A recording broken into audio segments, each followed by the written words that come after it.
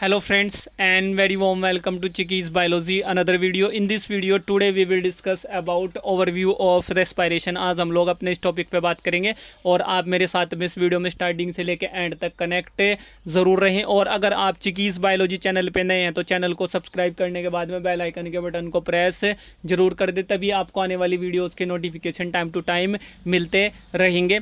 और अगर आप किसी भी कॉम्पिटेटिव एंट्रेंस एग्ज़ाम की प्रिपरेशन कर रहे हैं जो बायोलॉजिकल डोमेन से जुड़ा हुआ है तो आपके लिए बहुत सारी वीडियोस मैंने पहले से इस चैनल पे अपलोड कर रखी है, आप उनको प्लेलिस्ट में जाके देख सकते हैं सब्जेक्ट वाइज, और ये आपको बहुत हेल्प करेंगी आपके किसी भी कॉम्पिटेटिव एंट्रेंस एग्ज़ाम की प्रिपरेशन को लेके। भले ही वो कॉम्पिटेटिव एंट्रेंस एग्ज़ाम आप 12th क्लास के बाद दे रहे हैं या बैचलर्स के बाद दे रहे हैं या फिर मास्टर्स के बाद दे रहे हैं या उसकी प्रिपरेशन कर रहे हैं। तो फ्रेंड्स आज का जो टॉपिक है वो है ओवरव्यू ऑफ रेस्पायरेशन। तो इसको हम लोग series of coupled oxidation and reduction reaction बोलते हैं। और फ्रेंड्स ये एक सीरीज़ होती है coupled oxidation and reduction reactions की, आप यहाँ पे भी देख सकते हैं मैंने मेंशन किया है। अब बात करते हैं रेस्पायरेशन की। रेस्पायरेशन जो है ये दो तरह से होता है, एक होता है ऑक्सीजन के प्रेजेंस में और एक होता है ऑक्सीजन के अब्सेंस में। तो यहाँ पे यूज़ ऑफ ऑक्सीजन है यानी कि ऑक्सीजन प्रेजेंट है, और यहाँ पे नो यूज़ ऑफ ऑक्सीजन है तो यहाँ पे ऑक्सीजन अब्सेंट है।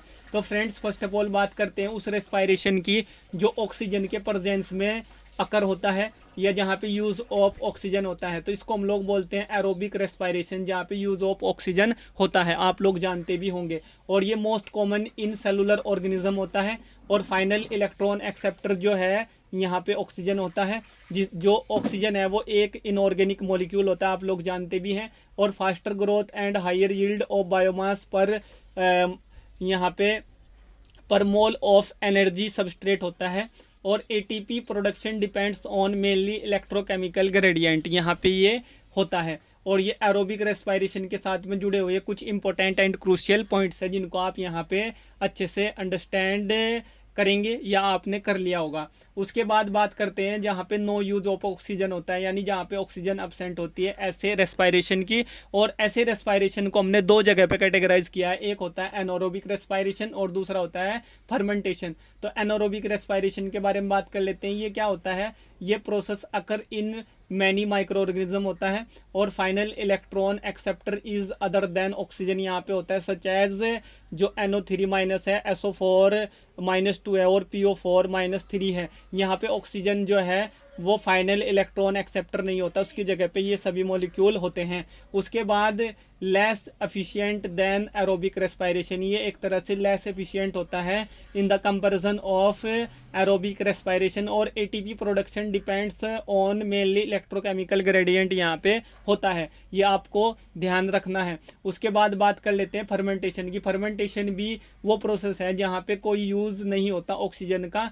और फ्रेंड्स जो फर्मेंटेशन है, फर्मेंटेशन में क्या होता है, final electron acceptor is organic molecule होता है।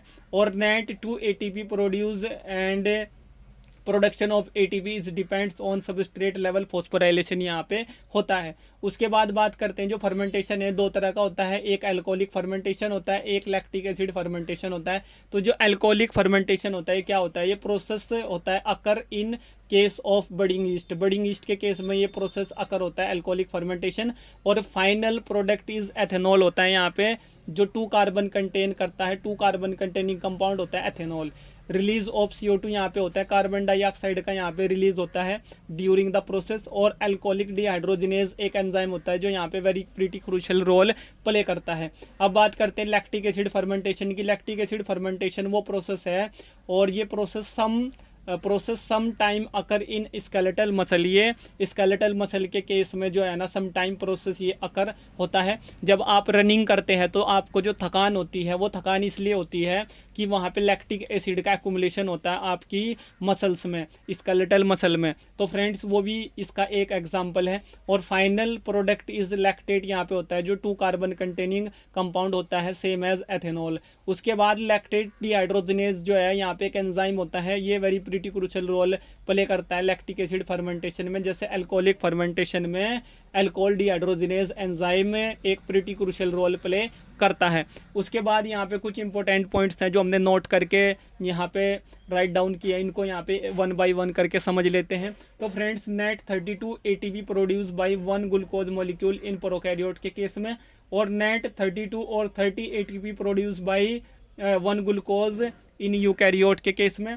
और friends, obligate aerobic respiration by most living cell, जो ऑब्लिगेट एरोबिक रेस्पायरेशन होता है ये किया जाता है बाय मोस्ट लिविंग सेल्स, ये आपको पता होना चाहिए। उसके बाद फैकल्टेटिव और obligate anaerobic respiration by most of microbes होता है, और critical role in nutrient cycling में इसका होता है। आई होप फ्रेंड्स ये वीडियो आप लोगों ने अच्छे से अंडरस्टैंड की होगी इस टॉपिक से रिलेटेड या इस वीडियो से रिलेटेड। अगर आपके मन में कोई क्वेश्चन है, कोई क्वेरी है, कोई डाउट है, तो आप उसको वीडियो के नीचे कमेंट बॉक्स में टाइप कर सकते हैं। और अगर आप एक बेटर अंडरस्टैंडिंग या इजली वे में बायोलॉजी के किसी भी टॉपिक को या किसी भी सब्जेक्ट को अंडरस्टैंड करना चाहते हैं, तो ये सभी ओवरव्यूज़ वीडियो आप लोगों के लिए एक major and crucial role play करेंगी। और आप सभी इन ओवरव्यूज़ वीडियो को अपने फ्रेंड्स